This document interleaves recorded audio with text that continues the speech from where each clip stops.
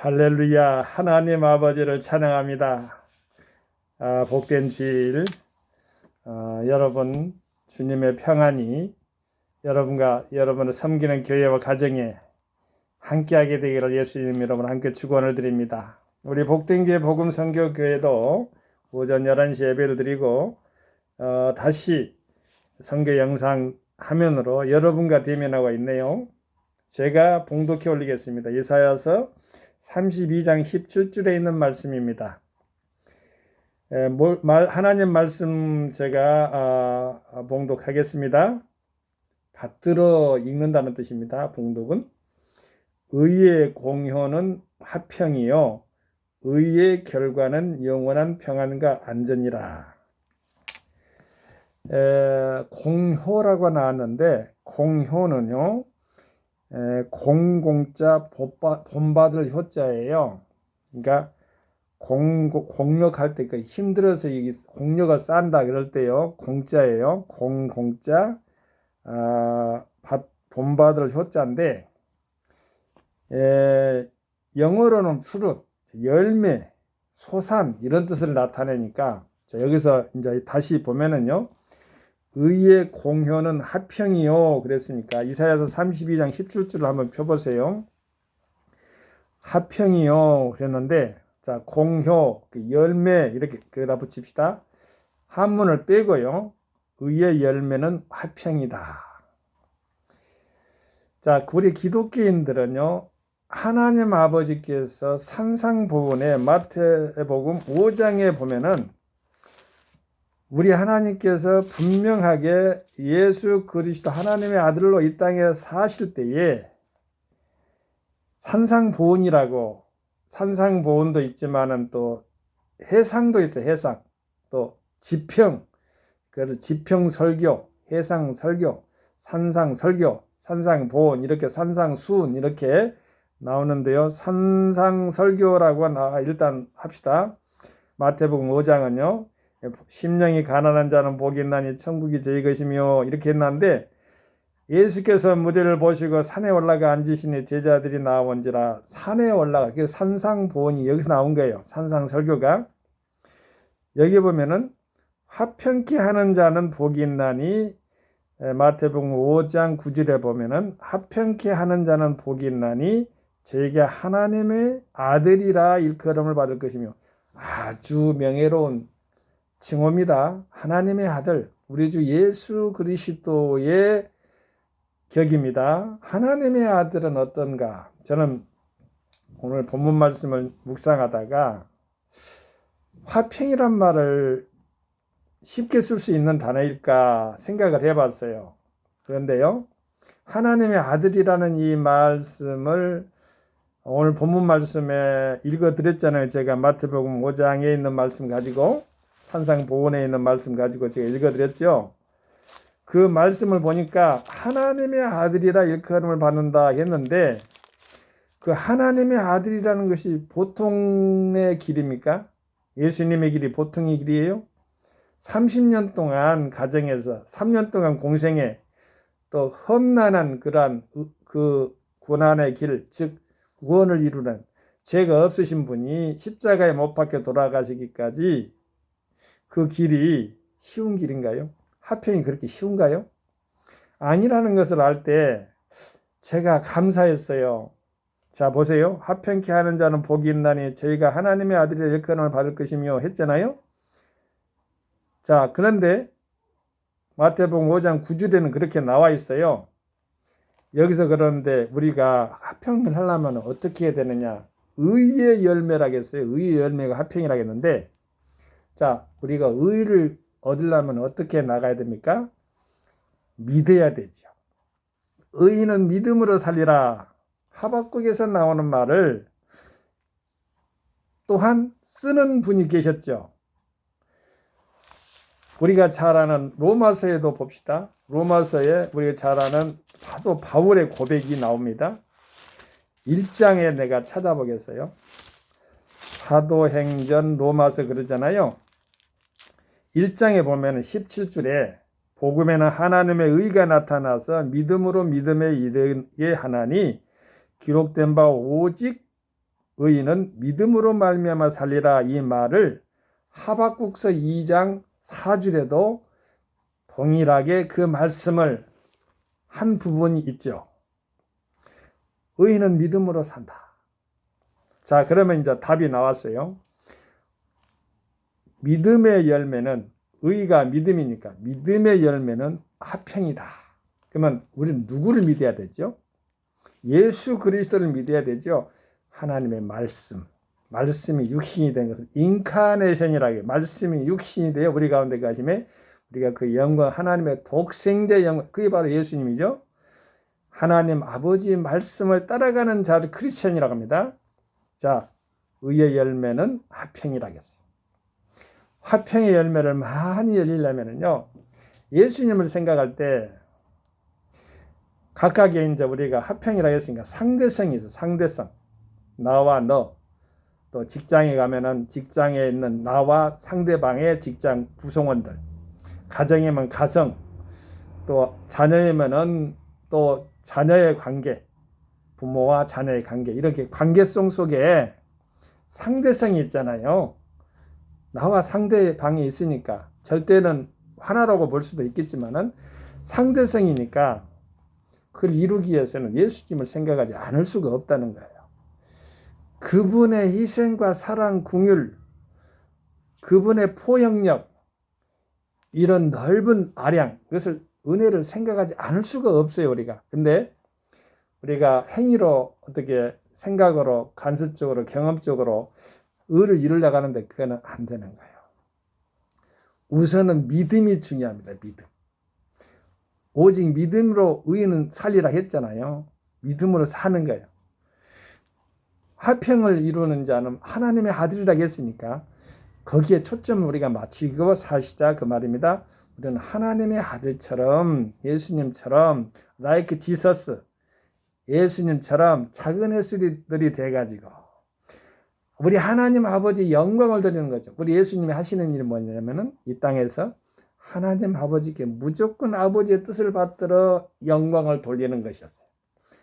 하나님이 가장 기뻐하는 아들이 사랑하는 아들이 예수님이었고 예수님은 하나님을 가장 잘 죽기까지 복종해서 하나님의 거룩한 뜻을 기쁨을 드린 아들이에요. 효자죠, 효자. 인류의 최상의 효자, 최고의 효자.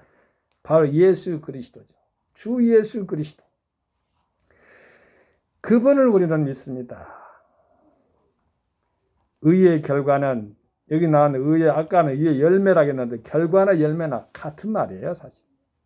그의 결과는 반복적인 히브리적인 강조적을 두려면은 진실로라는 말도 나오죠. 근데 두 번 반복한 것이 많은데 그것은 다른 사람한테 새롭게 재인식을 시켜주기 위해서 나 꼭꼭 너에게만 말해. 두 번 말하잖아요. 그러듯이 중요하기 때문에 두 번 반복해서 하는 것이 많이 있습니다. 병행 구조도 있고요.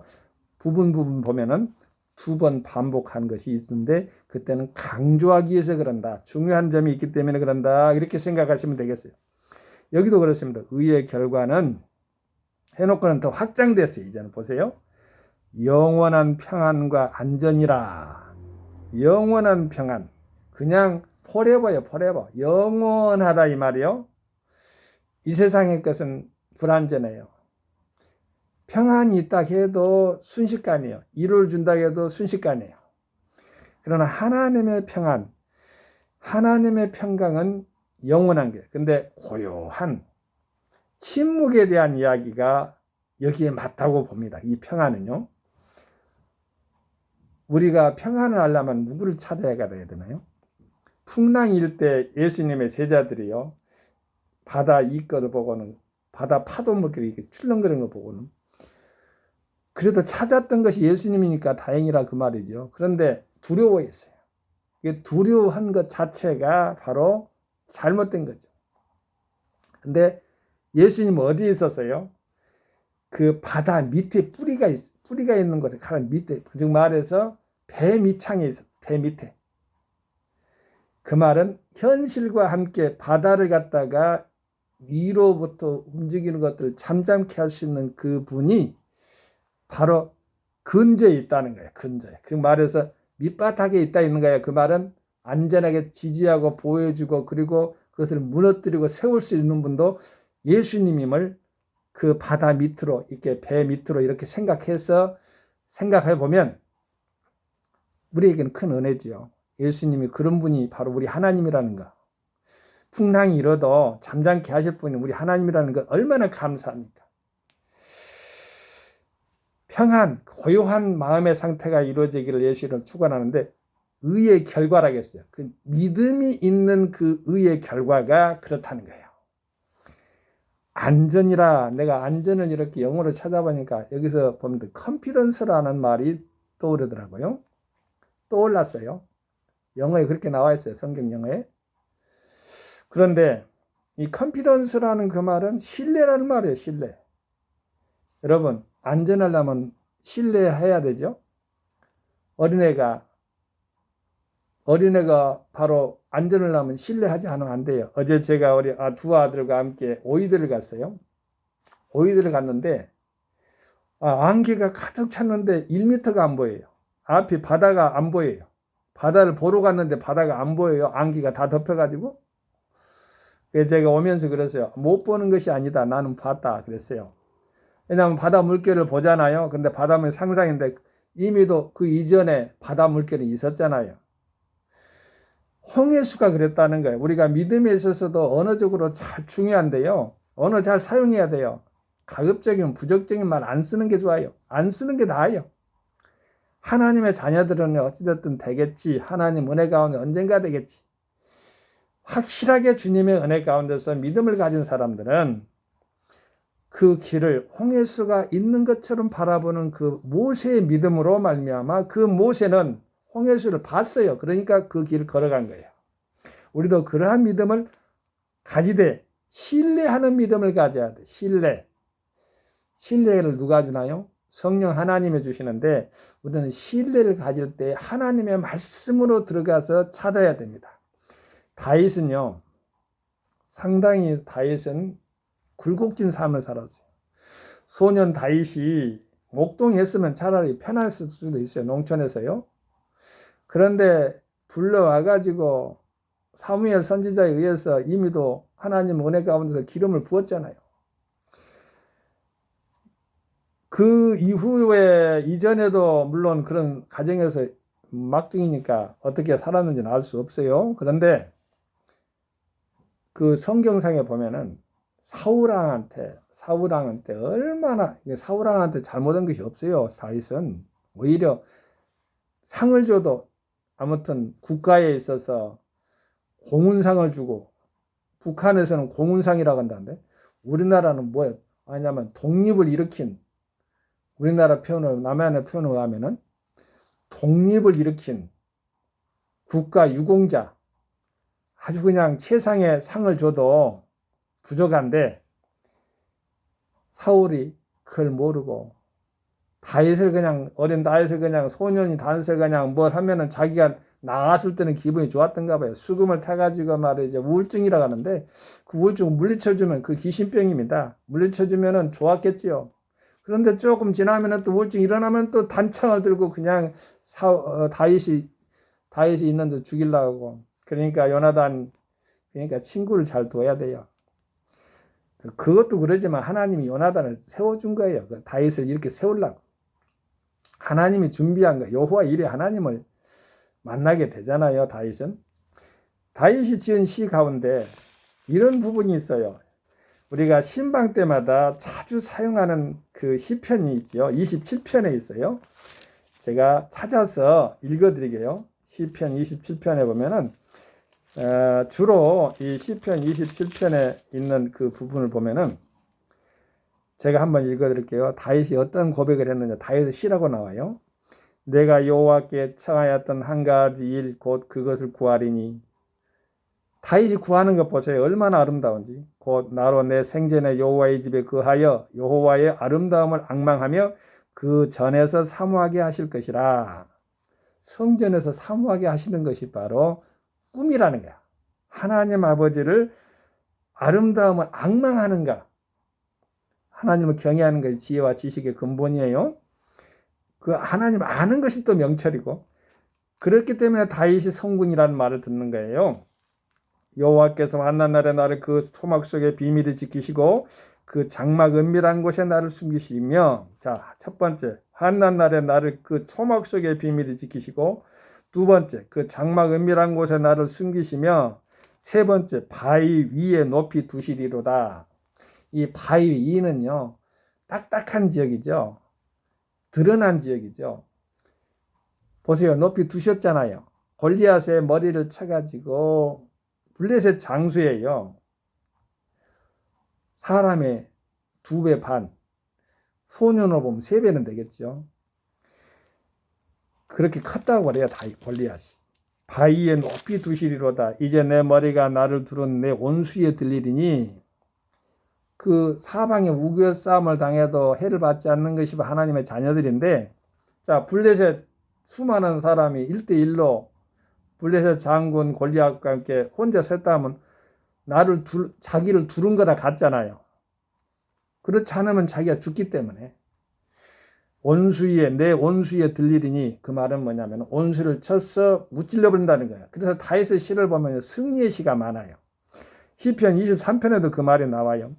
내가 그 장막음에서 즐거운 제사를 드리겠고, 제사는 예배인데 오늘날 말하면은 그때 따르는 5대 제사법이 있잖아요. 그래서 구약 시대의 그러한 어법으로 쓴 것이에요. 제사를 드리겠고, 시편의 구약서잖아요. 제사를 드리겠고 노래하여 여호와를 찬송하리로다. 이 노래와 찬송하는 거 시편이에요. 시편 23편에도 보면은요, 이렇게 다윗은 고백을 합니다. 결국에는요, 원수들을 어떻게 물리치는가 보세요. 주께서 내 원수의 목전에 내게 상을 베푸시고 기름으로 내 머리에 바르셨으니 내 잔이 넘치나이다. 이렇게 하나님이 안전하게 지켜주실 것을 고백을 하는 거예요. 우리가 다시 돌아와서 이사야서에 있는 그 32장 17절로 다시 갑니다. 32장 17절에 가면은 우리가 하나님 은혜 가운데서 의의 공연은 화평이요, 의의 열매는 화평이라겠죠. 믿음의 열매는 화평, 평화로 나타나야 돼요. 의의 결과는 또 의의 결과도 열매나 같아요. 의의 결실은 영원한 평안과 안전인데 누구 안에서만 이루어지겠어요? 하나님 아버지, 주 성삼일체 하나님 아버지 그 은혜 가운데서만 이루어진다는 거예요. 평안은 심적이라고 하면 안전은 바로 예적인 것이라고 볼 수가 있는데, 평안, 그다음 평강 할 때 평안은 안쪽, 그다음 평강은 왼쪽까지 다, 밖에까지 다, 예향증까지 다 포함된다고 하면은, 자, 평안은 고요한 가운데 주님을 바라보게 하는 것. 어린아이가 젖된 어린아이처럼 이렇게 평안하게 바라보는 것, 하나님 안에 있을 때죠. 부모가 엄마 앞에서 이렇게 젖을 뗀 아이처럼 이렇게 평안하게 안전하게 보호하는, 그리고 안전하게 지킴을 받는 것, 아까 말했잖아요. 하나님께 구하고 하나님을 믿고 신뢰할 때, 컨피던스, 신뢰, 확신을 가질 때는 완전이라는 말을 쓸 수가 있죠. 그래서 우리 하나님 은혜 가운데서 확신을 가지고 우리 하나님 은총 가운데서 살아가는 종가 여러분, 믿음의 사람이 되어야 돼요. 화목을 꿈꾸는 자들이 되어야 됩니다. 평화를 누리는 사람이 되기를 바랍니다. 평화를 하나님 아버지께서 원하십니다. 할렐루야, 임마누엘, 성교 샬롬, 아멘.